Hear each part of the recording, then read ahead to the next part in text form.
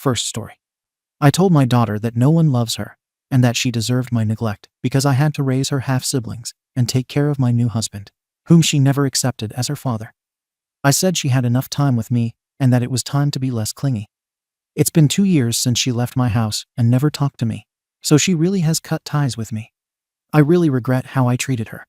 I 40F had my first daughter, Claire 20F, when I was pretty young. Her father was abusive and never wanted anything to do with us after I left him. I raised Claire alone for the first 6 years of her life. It was hard, but we were close, and I truly believed I was doing the best I could with what I had. There were a few years where it was just the two of us, and I tried to give her a safe, stable home after all the chaos with her dad. When Claire was 11, I met my now husband, Paul. We got married a year later, and not long after that, I got pregnant with our first child together. Over the next several years, we had 3 more children. Noah 7, Lily and Lucas 5, and Emma 3. That's when things started to shift between Claire and me. She started pulling away around the time Noah was born. I remember her being visibly upset when we came home from the hospital, and I thought it was just the normal adjustment of becoming an older sibling. But it didn't get better. She complained constantly about how she felt like she was being pushed aside, that I didn't have time for her anymore, and that everything revolved around the baby. To be honest, in the beginning, she wasn't entirely wrong. Noah had some health issues early on, nothing critical, but enough to demand almost all of my time and attention. Paul was working full-time, and I was overwhelmed managing a newborn with complications and a preteen who still needed emotional support. I figured Claire was old enough to understand that sometimes her needs wouldn't come first. I tried to explain that this was just temporary and that once Noah got healthier, we'd find more balance again. I thought we had. I started planning days for just the two of us and tried to include her in helping with the baby, so she felt important, but she always resisted. She told me once that she felt like she didn't belong in our new family because she was the only one who didn't share a dad. That stung, and I tried to reassure her. I told her Paul was trying, that he wanted to be a father figure to her. Claire never accepted that. She was cold towards Paul and rejected every attempt he made to build a relationship. We tried family therapy when Claire was 14. She refused to speak much during sessions. She either sat in silence or gave short, sarcastic answers. At home, she started spending more time in her room, avoiding dinners, and shutting us all out. I thought it was just normal teenage behavior made worse by the transition in the family. And again, I figured she'd grow out of it. But it only got worse when the twins were born. Claire once told me in a really emotional argument that she felt like I had replaced her. That her opinions didn't matter anymore. That she was just expected to help out or stay out of the way.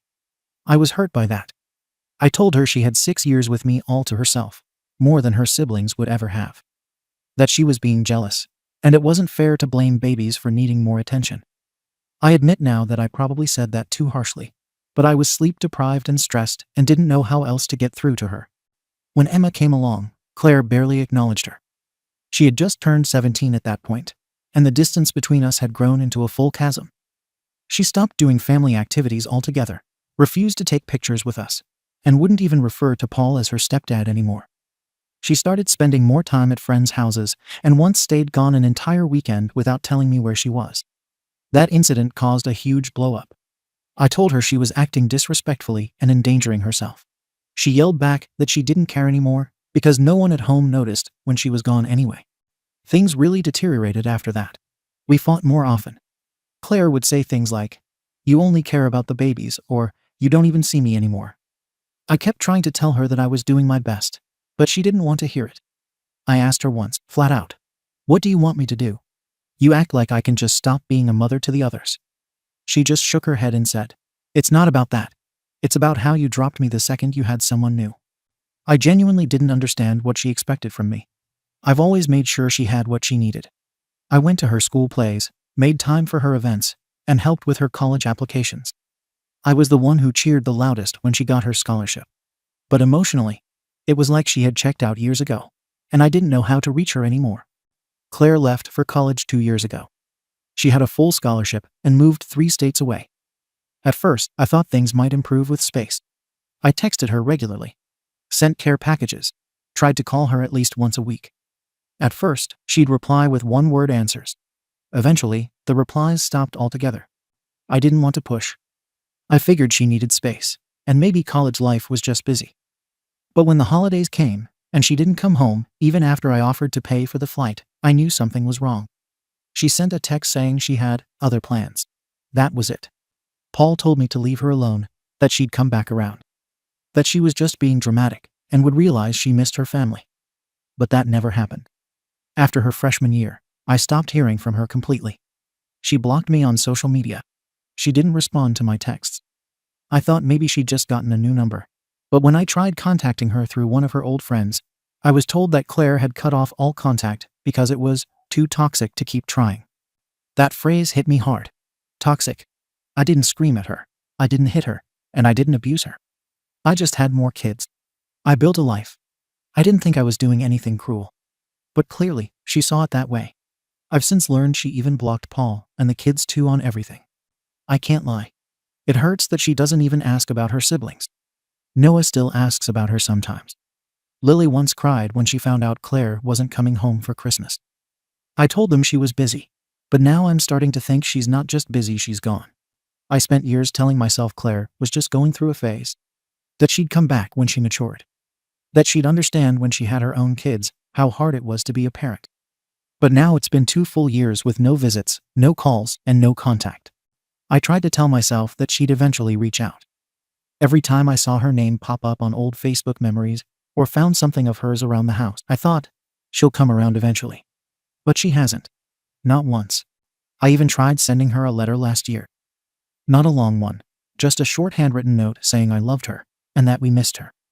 I included a photo of her siblings because they wanted her to see their Halloween costumes. It came back unopened. Return to sender. That's when it finally sank in that she'd made a deliberate choice to be done with us. At first, I was angry. I told Paul that Claire was being cruel, that she was punishing me for having a family. I vented that she was selfish. How could she just erase me like that after everything I did for her? I raised her alone when no one else wanted to. I stayed up nights working 2 jobs. I never abandoned her. So why did she abandon me? Paul's take has always been that I gave her too much grace growing up. He says I let her dictate too much, that she never learned gratitude. When we talk about her, he calls her ungrateful and says I'm wasting energy worrying about someone who doesn't care. Maybe he's right in some ways. But when I lie awake at night, I keep replaying the things she said as a teenager, stuff I brushed off as dramatics at the time.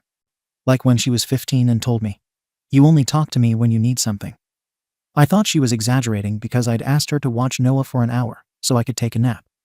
Or when she was 16 and refused to go on a family trip because she said she didn't want to play nanny for the week. I thought she was just being lazy.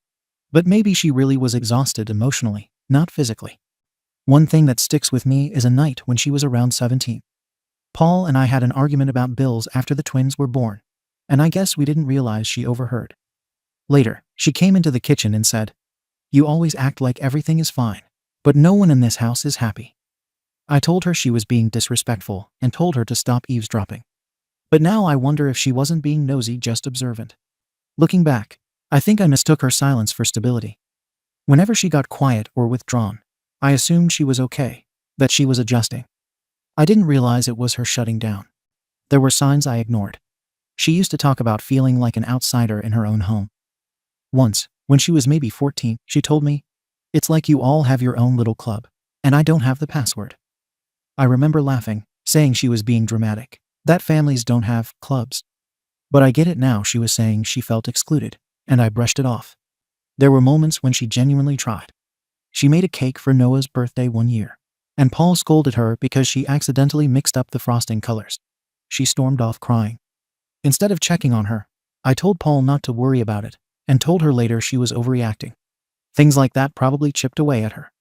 I used to think love meant providing stability, keeping food on the table, making sure everyone had what they needed.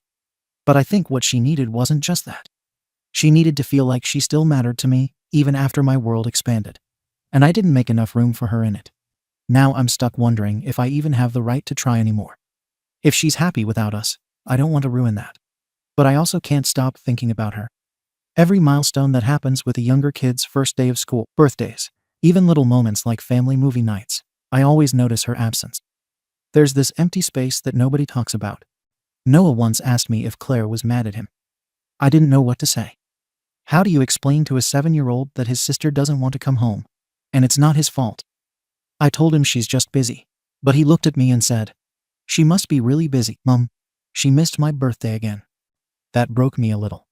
I talked to a family therapist again, recently alone this time. She asked me to describe how Claire might have experienced her childhood from her own point of view. I honestly couldn't do it. I realized I've spent her whole life defending my perspective instead of trying to see hers. When I look back, I can admit I said some harsh things I shouldn't have.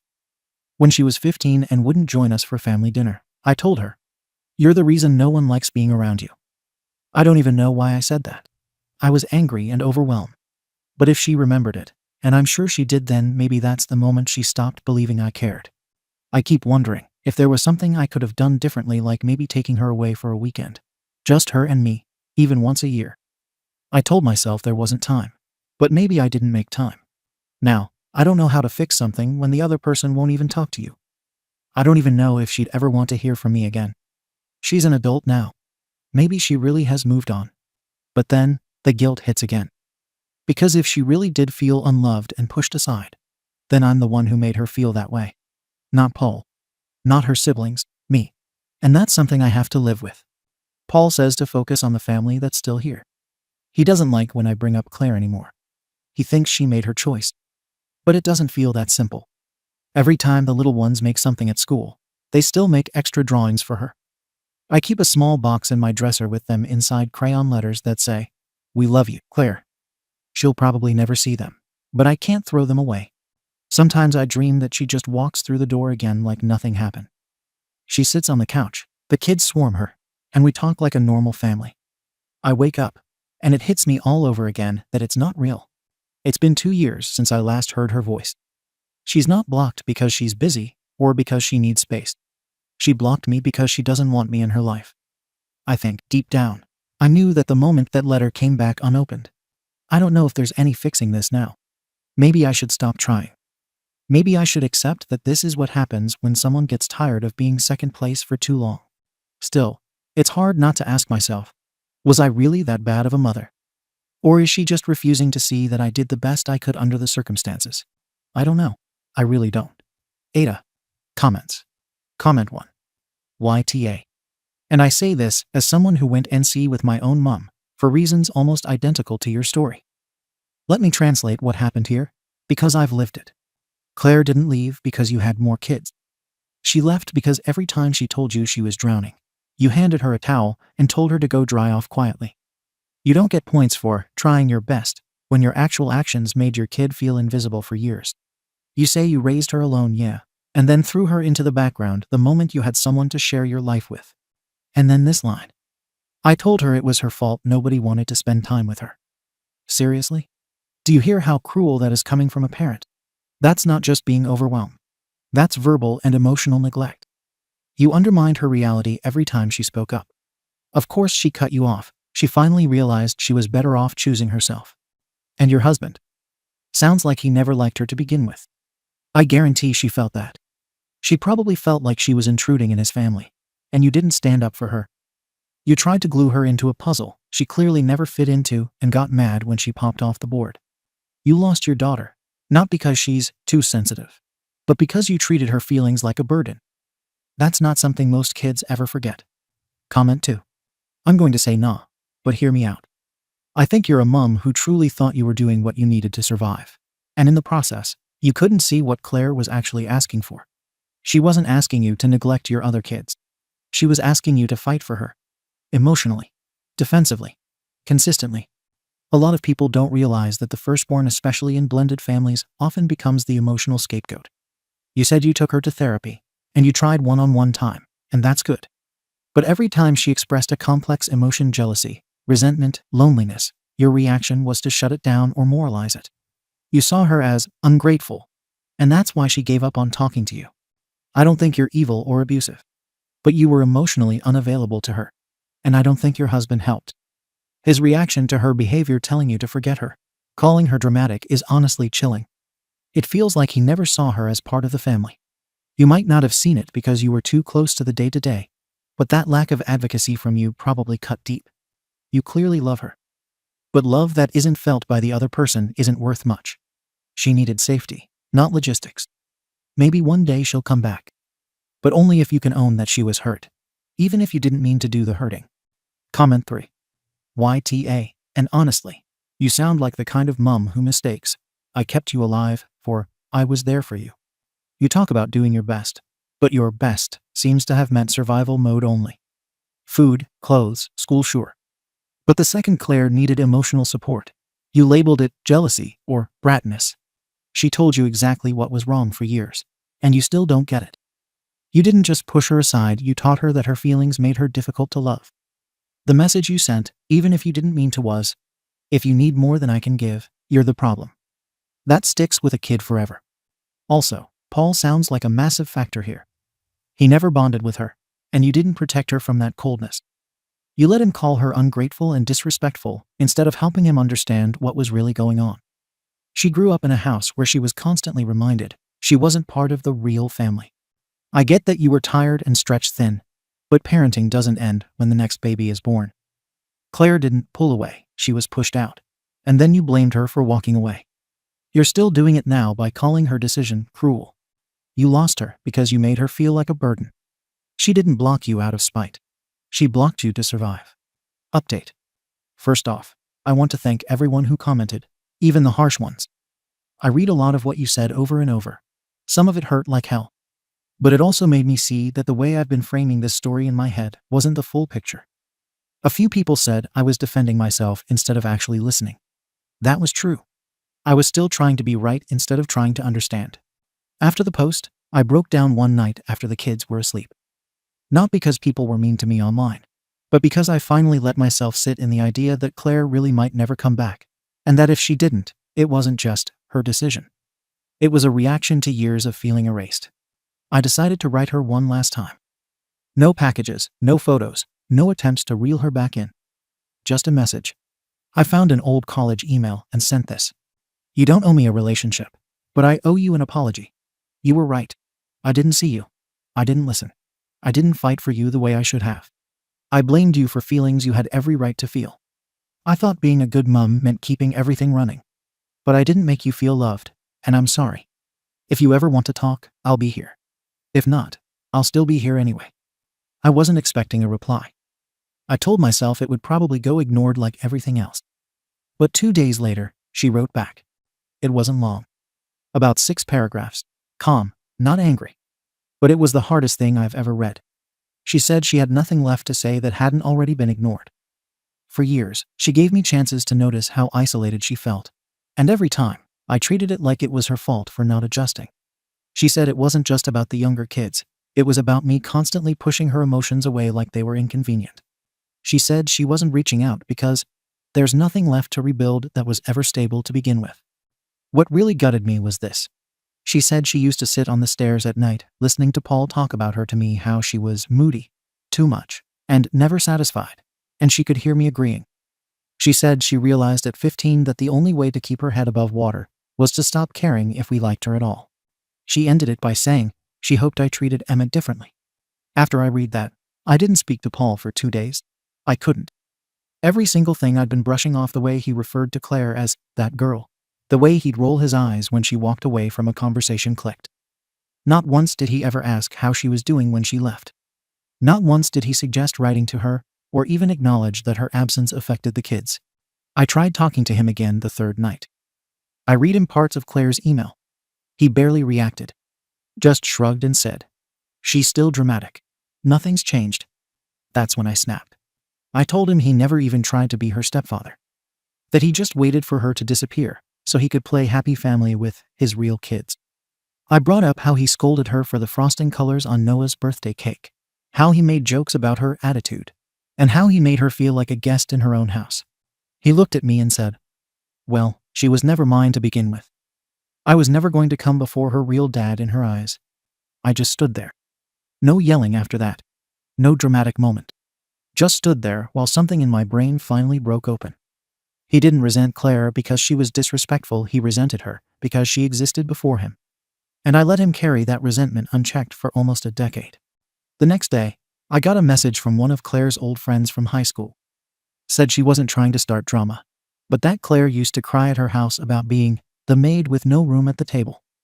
She told me Claire felt like we just added more kids every time she asked for more of me, as if to say, look at all the people who don't complain, what's wrong with you.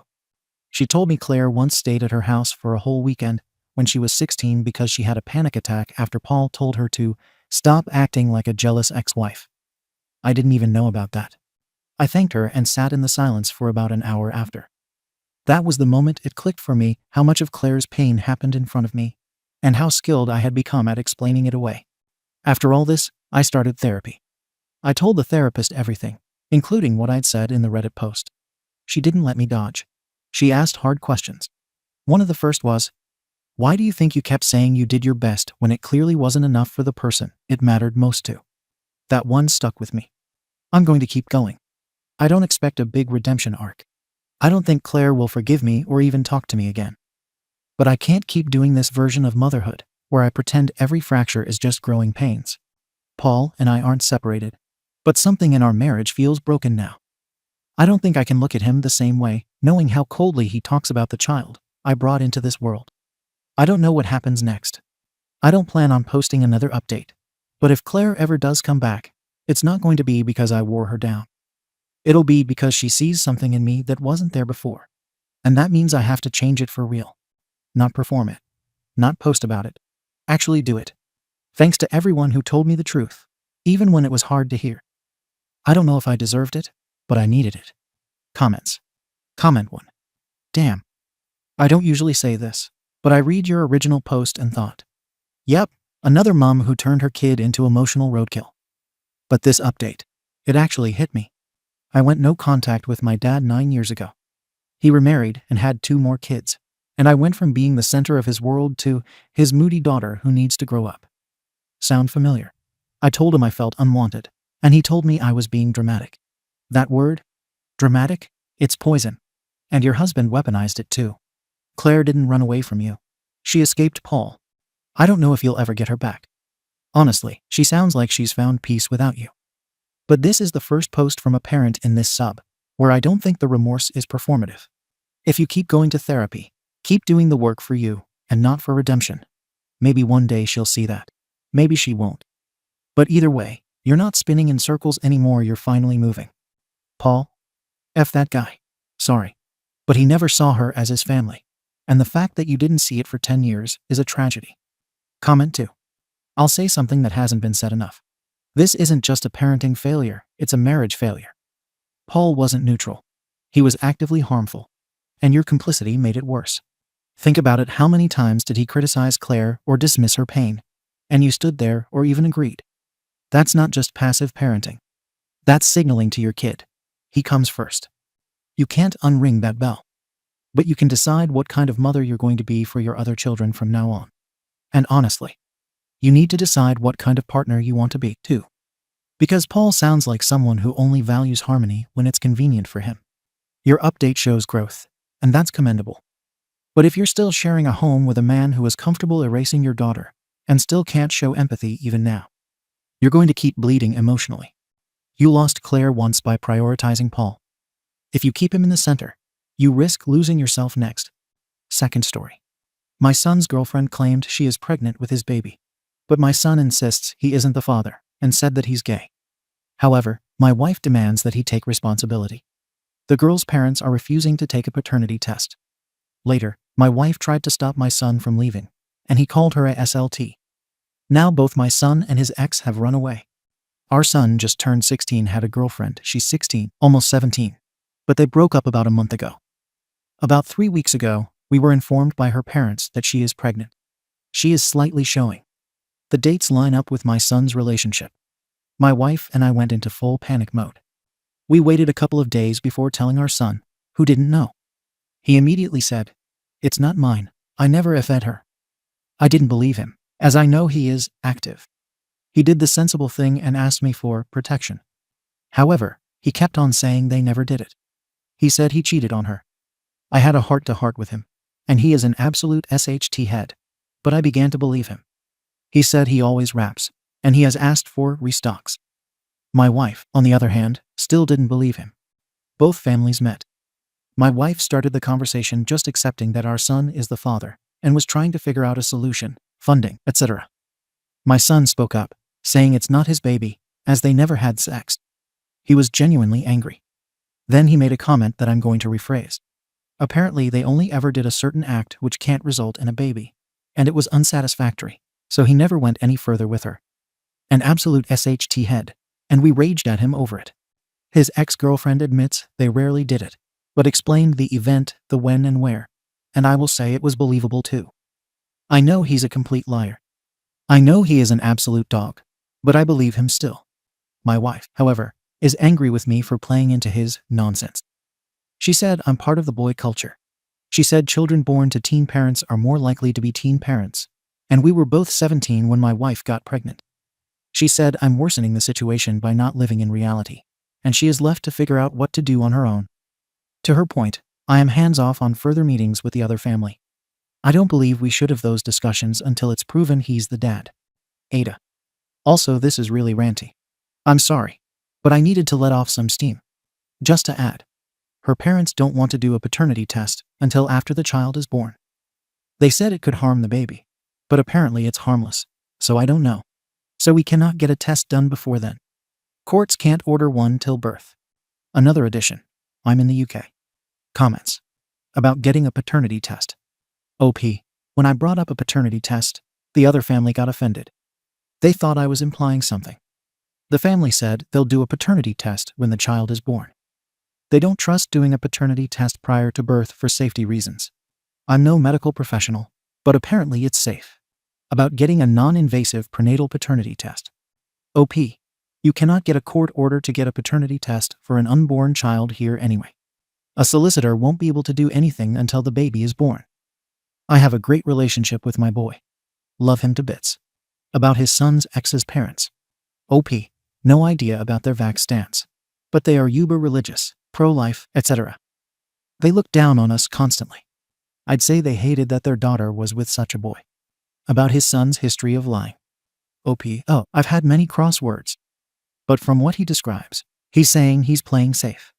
Her parents don't want to do a paternity test until the baby is born for safety concerns. My wife is fine with that. Apparently, it's not unsafe, though. I feel I know when he lies, given he does it so often. I often see him lying to his mother, and I can tell it's a lie, and he'll admit that it is a lie. If he isn't lying, he deserves someone in his corner. About what sexual acts the son did with his ex-girlfriend, according to him. OP. From what he describes, his lower member was nowhere near her area. It feels really strange talking about their stuff. I've asked. They said they will not allow any risk. I said it wasn't a risk. They said no. It wasn't anal. It was oral only, apparently. It happened twice. But he said she wasn't good, so he didn't even finish. And I'm going to bang my head against a wall after typing that. About what advice OP gives to his son, and what he thinks of his actions. OP thanks. He's been warned by me not to even talk to her in school. Avoid her completely. He said gladly. My worry is more with what my wife will pay for or whatever. He is an absolute odd to her. I've even stated how much of a SHT head he is on this post. About his wife possibly sending money to her son's ex-girlfriend, and what she would do in case of his son not being the father. OP. We both have a separate account and then a joint one. I've asked her those questions. She said he's lying. I said if he isn't, and she said, but he is. I said, let's say there's a 99% chance he's lying. If that 1% happens, how will she mend it with him? She said I'm being naive. And it's that absolute belief that he is lying that is really irritating. Like, I believe him, but I'm not certain. He could be lying, but I don't think he is. She can't sign his name to a birth cert, thankfully. But I did say if it turns out he isn't the father, and she does anything that will impact him, she will be left all alone. We've dated since we were 15, and it's the first time I've lost a lot of respect for her. I do still love her, though. If he's not the dad, they are done. There is no way back. Their relationship is already so effed. It's very sad. She's so sure because she knows our son. A betting man would bet on him lying. She thinks I'm being totally naive. About his son getting married to the ex-girlfriend in case he is the father, and the fact that OP got his wife pregnant when they were teens. OP. They won't be getting married. Rest assured. Well, we got married because we were kind of forced. Luckily for me, I love my wife. She is my best friend despite current events. Normally with issues we've always been on the same page. But this has been different. Saying that, I also know we were lucky in that we actually liked each other. Many of those types of marriages aren't good. So I wouldn't want my son pushed into anything like that. But I would expect him to be there for his child as I was for him. I would expect him to wise up sharply. Like, the amount of growing I had to do quickly was insane. Etc. About his and his wife's treatment of their son. OP. I could understand if she said, look, he's a SHT head. I think he's lying, and the baby is his. What I cannot understand is that she can't even consider the possibility that he's telling the truth or a gray area in between, as you mentioned. Like, I believe he's telling the truth. But I'll freely admit if I were a betting man, I'd probably be safer betting that he's lying. Believe it, by all means. But let's not rush into anything without proof. I only started calling him a SHT head about a year ago, when he was being a SHT head. But in my defense, that's just the way we talk. Usually when I call him, he'll start laughing or whatever. And TBF, F is pretty common here. If the son knows OP cares about him. OP, he knows. We do actually have a good relationship.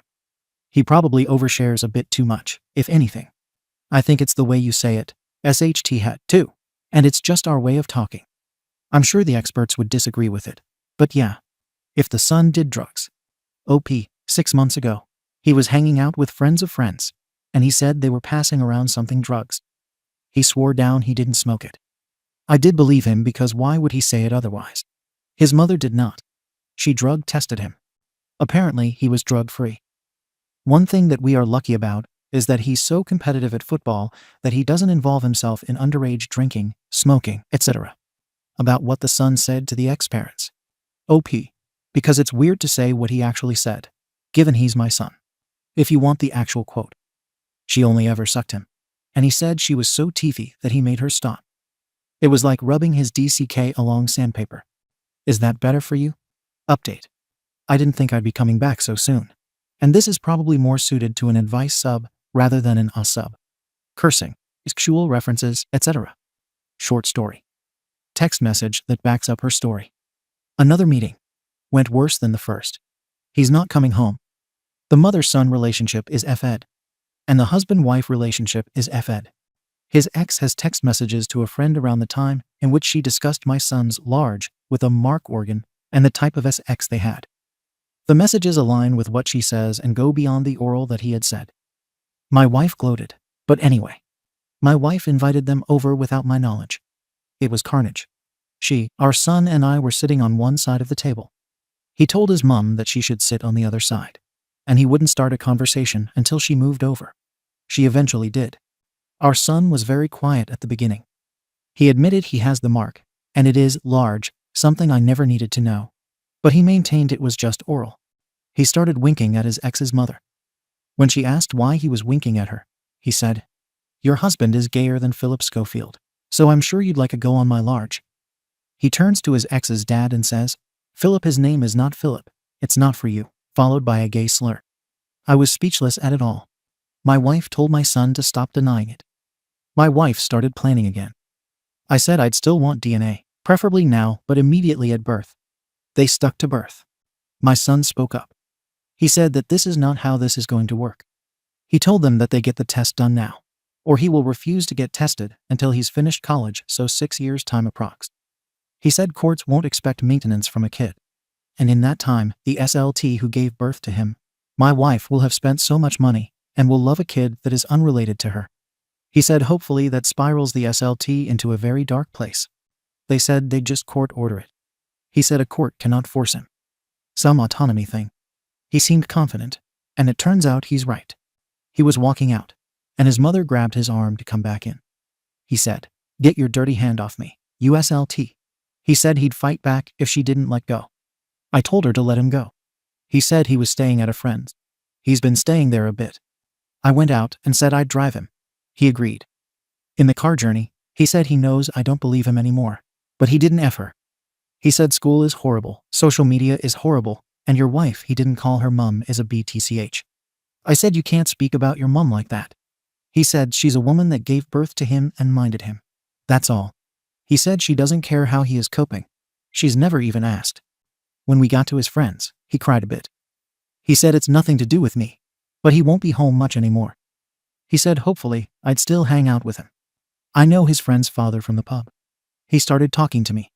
I was going to give him money because my son is over there a lot, but he refused. He said my son told him everything. He's a counselor. He said girls can exaggerate to friends. Boys can lie. He said he has known my son since he was tiny, and he believes him. He also said he might have more information than I do. No idea.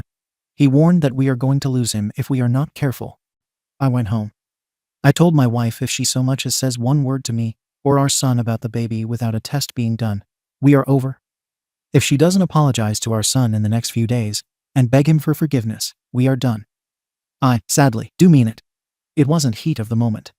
By her reaction, I think we will separate for now. I do love her childhood sweethearts, but my son is my son. It is not a matter of believing him. I probably don't. It's a matter of being there for him. He was always at SHT head, but his behavior is erratic and almost asking for help. It's worrying how quickly he has changed. He is the priority for me right now. Counseling and plenty of it. Comments. About his son's words and the need for being coddled. OP. How he is speaking to everyone is wild and is unacceptable. Philip Schofield, and the slur was an awful thing to say. But as much of a SHT head as he was, this is very out of character for him. Maybe it's coddling him, but I think he's at his wit's end. A cry for help. It was shocking to see. Counseling and plenty of it. His friend's father is a counselor therapist. He said he needs a safe home and basically to be coddled. He needs to be told it's not right, but not in an angry way. I did tell him it's not right. He said be strict on him, and it'll be a dark watch or something to that effect. About his son's behavior towards women and potential red flags for future relationships. OP. Because, for one, I don't think he acts that way to his friend or his family. When we were alone in the car, he was normal with me. He was crying and upset, but he didn't have the quirkiness he had in the meeting. His wife died, but he has 2 daughters. I asked him what he's like, and he said he's mostly in his room upset. He said when he comes out of his room, he'll ask what chores he'll do. I asked about his daughters. He said they get along fine. He and his friend walked his youngest daughter to school a couple of times, and he asked her spellings along the way, apparently. Some comments were given a hard time about OP, and one of the reasons for that is because he thinks his wife should apologize to their son. And he explained why. OP, I don't trust him, and he's still fine to me. I do think it's bad of her to fully say you are a liar. It's your kid, take responsibility. To be so sure, she's not even talking about DNA. I also think some of her words were cutting. Disgrace, disappointment, etc. I think the biggest one, and he said it himself, is at no point did she ask how he was, how's the bullying at school, etc. And I think she should appreciate that he's already getting so much SHT, he doesn't need to be called a disappointment, etc. And have the coldness at home. I think an apology is needed from her. I think he, at some point, will need to do a lot more than just apologize to her. But at the end of the day, he's broken and fragile. It was scary watching his behavior. A totally different boy from a month ago. I think he needs to know people are in his corner. He is a real therapist, but I agree there's a conflict of interest. I said we all need therapy. He said he'd do it with me, but not with my wife. About why he's taking it easy on his son compared to his wife. OP. I would imagine he's gone so far that what he will need to do will be discussed between him and a counselor that he will get. I don't think I'm capable of suggesting what that may be. I really don't. This isn't bunking off school, etc. I actually think her behavior is disgusting. Not as disgusting, but disgusting nonetheless. Let's take it to the extreme. Let's say he's had self-harming thoughts. And I don't think it's a total stretch given how he seems and his counselor's comments. He's having a rough time in school. He's not the dad I think he is. His mother calls him a disgrace, disgusting, etc. Before he ever calls her a SLT. He believes DNA now would sort it all out. But his mother won't even push for it because he's guilty. He then sits down and watches a group of people discuss his manhood. And despite all this, she hasn't asked him once if he's okay. Not even out of courtesy. And that's the worst case scenario. I get that. I cannot get on board at all with her behavior or his. But there is one who needs me more right now. My wife has friends at work. Friends outside work. She has this new family she's going to be a grandmother for. He has 2 friends. That's it, in his head. That's all. Update. My wife and I separated, but we are on good terms. I think she understands why I moved out, but we still want to deal with the situation differently. I'm living in a flat with my son. He seems happier. The good news. His ex's parents last Thursday agreed to do a paternity test. That is booked for this Wednesday. I don't know what brought on this sudden change. I told my son they had agreed. He asked to meet his ex and her parents to apologize. He thanked and apologized to his ex's parents for what he said. They were very good to accept the apology, although I do think he deserved an apology too. He said to his ex that he's not starting anything, but that they both know it's not his. She still insisted it's his. I asked if maybe he wanted to apologize to his mother, or at least have a discussion with her. He said he won't apologize to her, and he won't forgive her even if she apologizes to him. He said he hates her and always will. That's still an utter mess. He won't speak to her. If she visits our flat, he leaves. Saturday night, I told him I won't be angry if he has been lying. But if he is, I'd prefer him to be honest rather than find out by the test. He again said it's not his. Quickly after that he asked me to promise I wouldn't get mad if he told the truth. He said he doesn't want labels, but the reason it went no further with his ex is because he can't keep up with girls, and he uses the condoms but not with girls. I couldn't respond as he went to bed. I told him Sunday morning I'm fine with him whatever he is. Admittedly, it was a surprise. I did ask about the Philip Schofield comment he made against his ex's dad, and he said nothing like that ever happened. He said it's a guy his own age. I didn't push it any more than that. He wants it kept quiet. So here I am, as I can't tell others.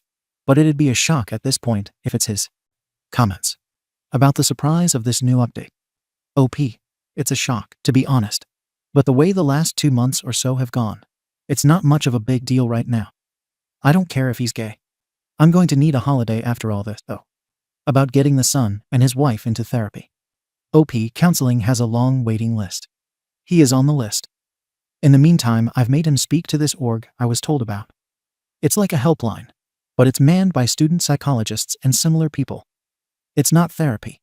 It's just someone to speak to. He will still need counseling, and I think he'd probably welcome it. About how his wife lost him and his son in this situation. OP. I very much disagree and hate how my wife has dealt with this. But to me, this separation is temporary. Even if it's not, she'll never lose me. I love her, and she has been my best friend. If the counselor knew his son is gay. OP. That's good thinking. But that comment was about how badly my son was coping with the situation. He told that man he wanted others to suffer in the way he was and stuff. As for our son, hopefully that can be mended. But I'm not so confident. About us ex-ed, and the need to reinforce that. OP. That's true. He has always asked for condoms. He did say he always uses them with a guy. And neither of them go with others.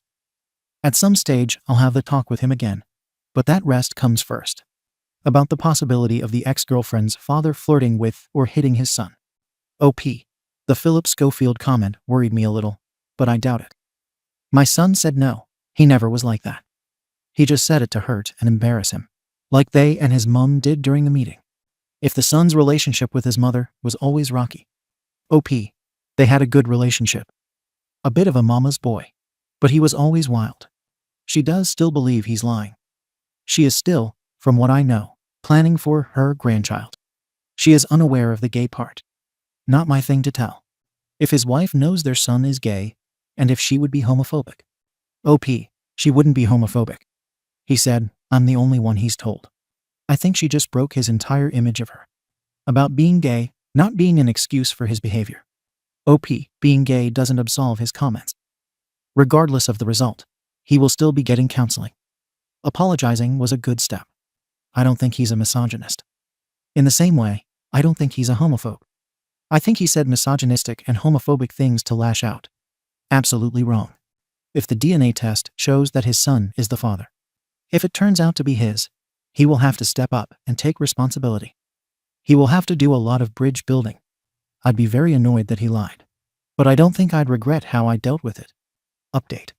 Aita said, I broke their rules too many updates, so I'll post it here. The person I messaged to apologize to at Aita was very nice and kind. Spent the 800 quid on the test last Wednesday. He didn't seem nervous. He seemed happy. All went well. Thursday morning, I woke up. He wasn't there. He had texted me. He needed a break for a few days. His wife rang to say that his ex was gone. Same message. I texted and rang him over and over. Eventually, he video called me. His ex was there too. He said he lied about it all and that the test will probably show it's his. He told me where they are staying, and they apparently want to talk about it without adults getting involved. I was wrong. He lied. My wife was humble, given everything. Her parents and my wife think it might be a good thing to let them talk. They are staying in touch. I don't see the benefit in them on their own nuts, in my opinion. But I'm so mad, maybe it is for the best. I'm done. Also, I don't think I can respond here. Thank you for watching the video. If you are interested in listening to these kinds of stories, we've got more in store for you. Simply subscribe to our channel, hit the like button, and share it with your friends.